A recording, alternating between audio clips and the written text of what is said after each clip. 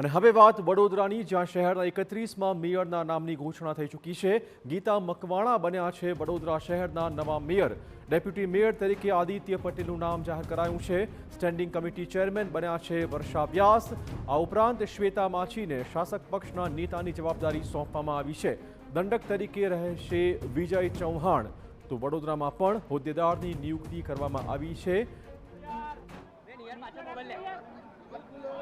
Mayor deputy મેયરના નામોની સાથે અલગ અલગ હોદ્દેદારની જાહેરાત કરવામાં આવી છે।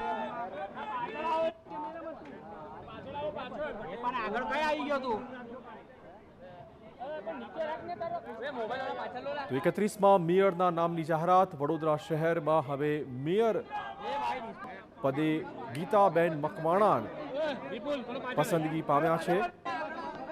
ડેપ્યુટી મેયર તરીકે રહેશે આદિત્ય પટેલ। નામ જાહેરાત થતાની સાથે જ કાર્યકર્તામાં ઉત્સાહનો માહોલ। સ્ટેન્ડિંગ કમિટી ચેરમેન બન્યા છે વર્ષાબેન વ્યાસ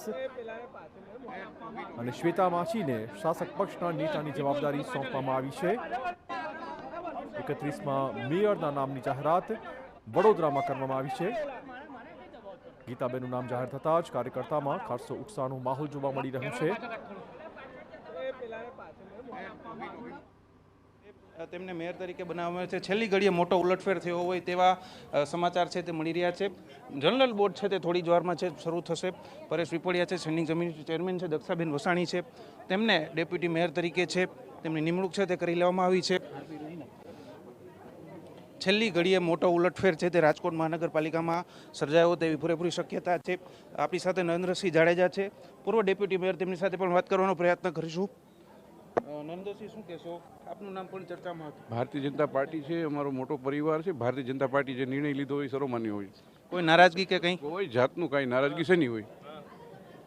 બિલકુલ, તો જેમનું નામ છે તે છેલ્લી ઘડી સુધી ચર્ચામાં હતું તેવા નરેન્દ્રસિંહ જાડેજા છે, તેમણે પણ કહ્યું છે કે કોઈ પણ જાતની નારાજગી છે તે તેમનામાં નથી।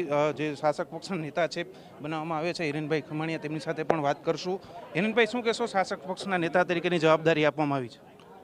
અમારી ભારતીય જનતા પાર્ટી જે જવાબદારી આપે એ અમે એક ભારતીય જનતા પાર્ટીના સૈનિક તરીકે અમે કામગીરી કરવા માટે હંમેશા તત્પર રહીએ છીએ।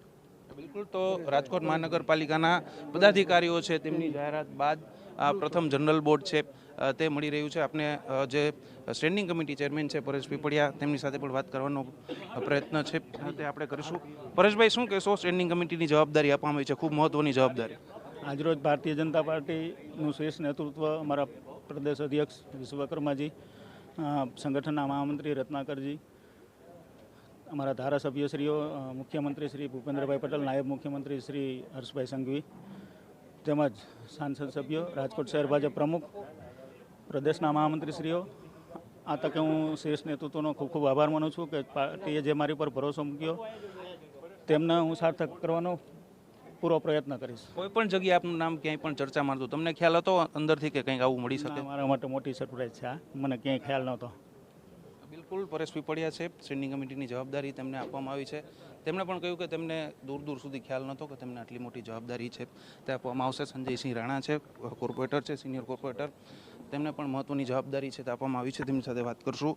સંજયસિંહ, શું કહેશો? દંડક તરીકેની જવાબદારી આપવામાં આવી છે તમને? વિકાસના કામ બીજું હોય તેરી પ્રાયોરિટી સફાઈને રાજકોટની સફાઈને આપવામાં આવશે। બિલકુલ, આપનું જે વોર્ડ નંબર 18 છે તેમાં ખાસ કરીને જે વિકાસના કામો હોય, રોડ રસ્તાના કામો હોય, તેને લઈને વારંવાર સ્થાનિકોની ફરિયાદો આવતી રહે છે। હવે આગળ વધુ ઝડપથી કામો થશે, તમને મોટી જવાબદારી મળી। જે 5 વર્ષના પ્રશ્ન હતા ને આ 5 વર્ષમાં 90% પ્રશ્નો પૂરા થઈ ગયા છે। હવે એટલા બધી પ્રશ્નો અમારા સ્થાનિક રહેતા નથી। બિલકુલ, જે તમામ હોદ્દેદારો છે તેમની સાથે આપણે વાત કરવાનો પ્રયત્ન જે કર્યો। જનરલ બોર્ડ બાદ તમામ જે હોદ્દેદારો છે તેમની પ્રતિક્રિયાઓ છે તે સામે આવશે। અત્યારે આખરે મોટા ઉલટફેર બાદ રાજકોટ મહાનગરપાલિકા છે તેમના હોદ્દેદારોની આખરે જાહેરાત છે તે કરી દેવામાં આવી છે। કેમેરામેન ભાવેશ લશ્કરી સાથે રોનક મજીઠિયા, TV9 રાજકોટ। તો આ દ્રશ્યો આપણે ટીવી સ્ક્રીન પર વડોદરા અને રાજકોટમાં। વડોદરામાં ગીતાબેન, રાજકોટમાં નેહલ શુક્લ બન્યા છે નવા મેયર। રાજકોટના 23માં મેયર પદે નેહલ શુક્લની વરણી અને વડોદરાના 31માં મેયર પદે ગીતાબેન મકવાણાની નિયુક્તિ કરવામાં આવી છે। જોઈ શકો છો કાર્યકર્તામાં ખાસો ઉત્સાહનો માહોલ નામોની ઘોષણા થતાની સાથે જ।